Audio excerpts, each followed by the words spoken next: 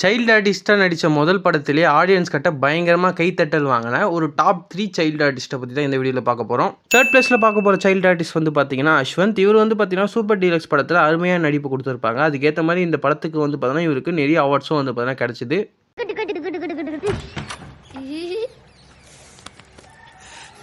Second பிளேஸில் பார்க்க போகிற சைல்டு ஆர்டிஸ்ட் பேர் வந்து பார்த்தீங்கன்னா ரித்விக். இவர் வந்து பார்த்தீங்கன்னா ஜெயிலரு, சர்தார் இந்த மாதிரி நிறைய படத்தில் வந்து பார்த்தீங்கன்னா நடிச்சிருக்காரு. அது மட்டும் இல்லாமல் ரீசெண்டாக லக்கி பாஸ்கர் படத்துலேயே வந்து பார்த்தீங்கன்னா நடிச்சிருக்காரு. இவர் நடித்த எல்லா படமே வந்து பார்த்தீங்கன்னா ஒரு பெரிய பிளாக் பஸ்டர் மூவியாக அமைஞ்சிருக்கு. கார்த்திக்கு எல்லார் பர்த்டேக்கும் வந்து ஃப்ரீயாக கேக் சாப்பிட்டு போவேன். ஆனால் எப்போயுமே பர்த்டே பார்ட்டி கொடுக்க மாட்டேன்பாங்க. ஃபர்ஸ்ட் பிளேஸில் பார்க்க போகிற சைல்டு ஆர்டிஸ்ட் பேர் வந்து பார்த்தீங்கன்னா கமலேஷ். இவர் வந்து பார்த்தீங்கன்னா ரீசெண்டாக டூரிஸ்ட் ஃபேமிலின்ற ஒரு படத்தில் வந்து பார்த்தீங்கன்னா நடிச்சிருக்காரு.